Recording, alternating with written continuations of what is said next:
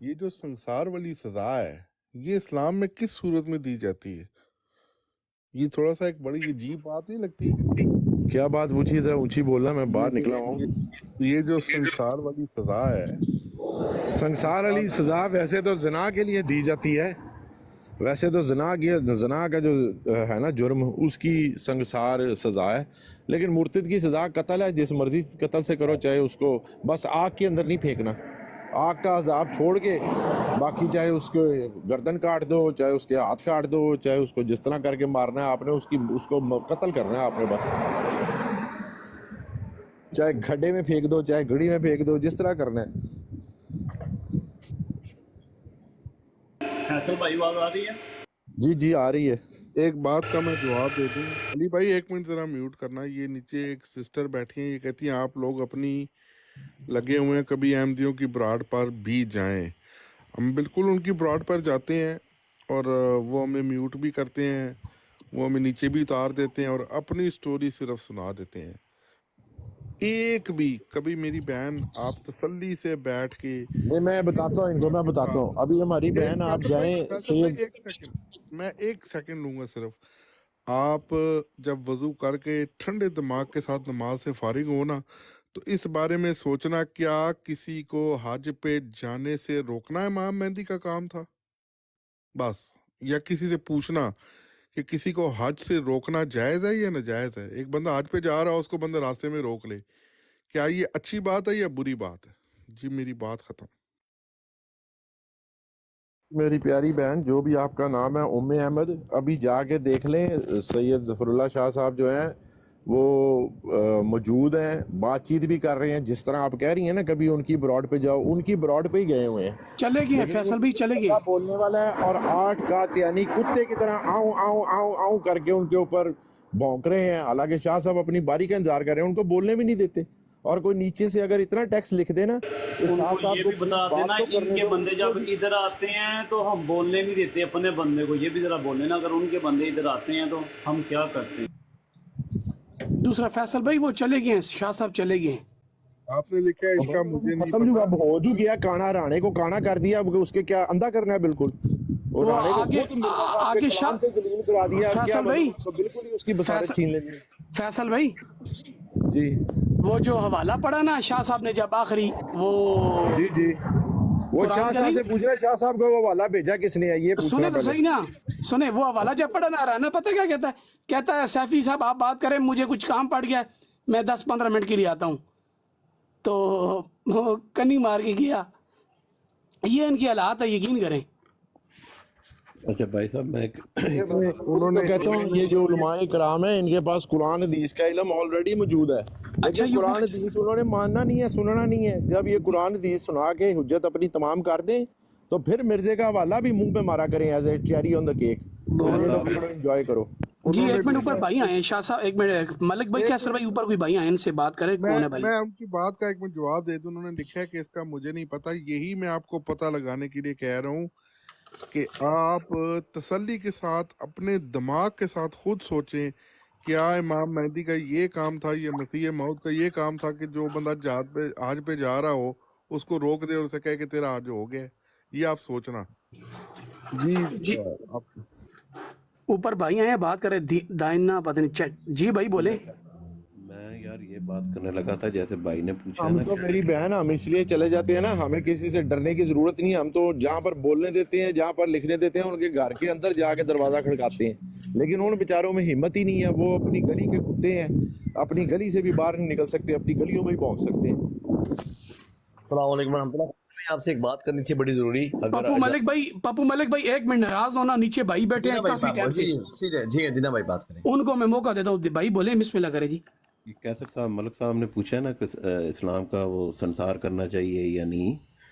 اصل میں بات یہ ہے کہ قرآن کے اندر جو اللہ پاک نے جو سی سزائیں اسلامی شریعت کے مطابق ہیں، وہ آج ہمیں لگتی تو عجیب سی ہیں، جو بندے باتیں بھی کرتے ہیں، اور یہاں پہ اگر کوئی مفتی ہے یا کوئی عالم دین ہے جو سمجھتا ہے، یا کوئی پروفیسر ہے جس نے کوئی اسلام کے اوپر کوئی تھوڑی اسٹڈی کی ہے نا، ہمیں ان سے یہ سوال کرنا چاہیے، کیونکہ جو دوسرا بندہ ہے نا، جو میرے جیسا عام بندہ ہے، اس کو سمجھ نہیں ان چیزوں کی، وہ ہمیں سمجھا بھی صحیح سکتا ہے۔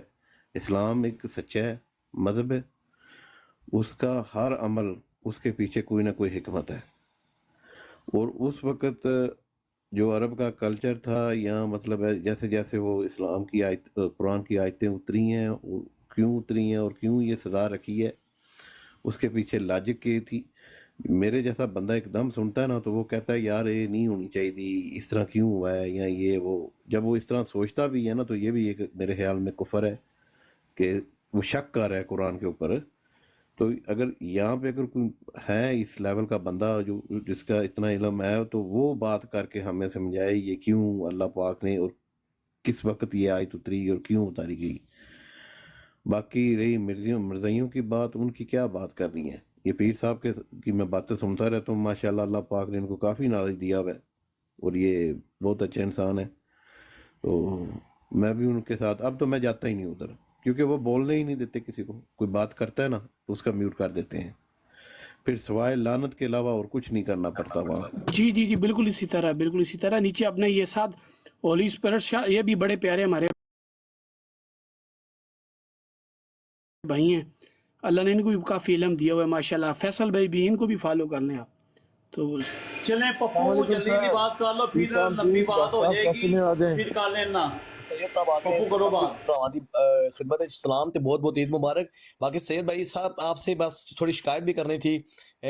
آپ بیٹھے ہوتے ہیں اور آپ ہر بتا رہے ہیں شاید کی براٹ میں شاہد اور عامر صاحب نے مرزا صاحب کو گالیاں دی اور بدلے میں انہوں نے ہمارے 1,24,000 انبیاء کرام کو لا حول ولا قوت الا باللہ گالیاں دی. تو آپ سے گزارش ہے شاید کو سمجھائیں کہ یار دیکھیں اگر ہم ان کے مرزا صاحب کو کچھ بولیں گے تو وہ ہمارے نبیوں، کیونکہ ان میں تو غیرت نہیں ہے. لیکن میں پھر بھی کہتا ہوں ہمارا ہی قصور ہے ہمارے بھائیوں کا کہ ہم بدتمیزی کرتے ہیں تو پھر اگلے رسپانس دیتے ہیں. بس یہ آپ سے گزارش تھی آپ اس کو پلیز سمجھائیں کیونکہ وہ تو نہیں سمجھتا پپو کسی ادھر اور بھی کی. کوئی آگے اس طرح بندہ کاٹ دیتا ہے تو پھر شہد کی کیا غلطی ہے بیچ میں؟ اگر کوئی بندہ ادھر بیٹھا ہوتا ہے گستاخ، اگر وہ گستاخی کر دیتا ہے. پہلے شاید نے گالیاں ننگی دی ہیں مرزا صاحب کو، پہلے اس نے صبر کیا ہے پھر انہوں نے کہا اور این جی سے ہی پپو آگے سے اس نے گستاخی کی. میں نہیں اتر نہیں، گیا. اپنا نہیں فیصلی بھائی پپو بول مجھے دے ایک رہا بات ہوں. بتاؤ، ایک بات بتاؤ. شاہد نے رمضان سے پہلے اعلان کیا تھا کہ رمضان ختم ہو جاؤ قادیانیوں میں تمہاری منجی ٹھوکوں گا. 30 دن رمضان کے اندر اس نے اپنی زبان گندی نہیں کی، لیکن یہ گندے قادیانی 30 کے 30 رمضان کی راتیں گندی بکواس کرتے رہے. تم وہاں پر خود موجود ہوتے تھے، تمہاری ہمت نہیں ہوئی ایک دفعہ تم کسی کو کہو کہ لعنتی قادیانیوں کو شرم کرو، حیا کرو بغیر تو. اور اگر کسی نے اس کی بغیرتی کا جواب دے دیا تم شکایتیں لگانے آ گئے ہو. یار تمہاری تو مجھے سمجھ نہیں آتی پپو، کیا تم اپنے ہی فوجی مارتے ہو تم. غلط بیانی نہ کریں. پپو جدھر بھی بولتا ہے حق کی بات کرتا ہے. 30 دن سے میں سن رہا ہوں، 30 دن جدھر سے سے میں کوئی سن رہا ہوں. بدتمیزی کرتا کتے ہے کا میں بچہ سر ان کو اسی ٹائم قادیانی، لعنت کتے بھیج کے کا اتر بچہ آتا تھا وہ، ہوں. کتے کا بچہ. میں اس کو آپ گالی دو دے رہا ہوں وہ چیزوں کو قادیانی مکس کو. کر رہے ہیں. ٹھیک ہے، آپ وہ قرآن 30 کا دن ساتھ لے قاتلیت رہے ہو، کرتا رہا. اگر وہ خدا ہاتھ کا آیا اس خوف کو کھاؤ جواب نہیں فیض دیا بھائی. نا تو آپ کہہ رہے ہو کہ ٹھیک ہے، انہوں نے ابھی کوئی مرزا صاحب قادیانی کو ادھر گالی آئے میں اس دی. کی ماں بہن ایک کر دوں، پھر مرزا صاحب کی ماں بہن بھی ایک کر دوں تو میں مجاہد بنوں گا. سبحان اللہ یار، چنگی تو ہے ہی تبلیغ نہیں. ہے آپ آپ کا لوگ. جواب، آپ کی یہ شکایت لگانا ہی غلط ہے. آپ کا یہ الزام لگانا ہی غلط ہے کہ جی شاہد نے گالیاں دی ہیں اس لیے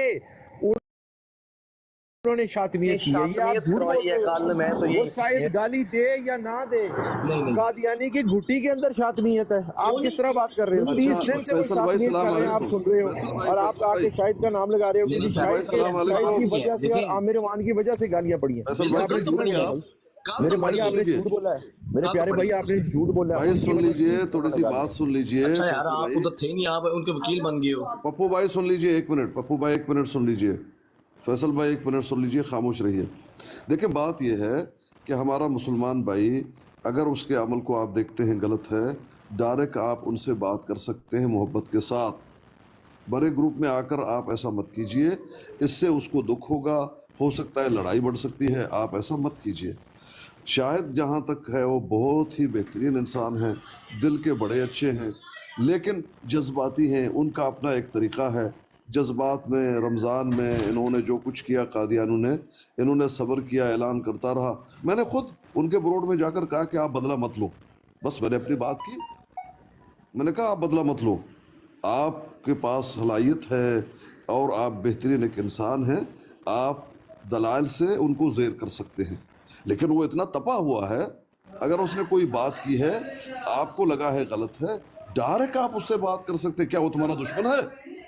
بھائی جان ایسا مت کیجئے، اس سے جو ہے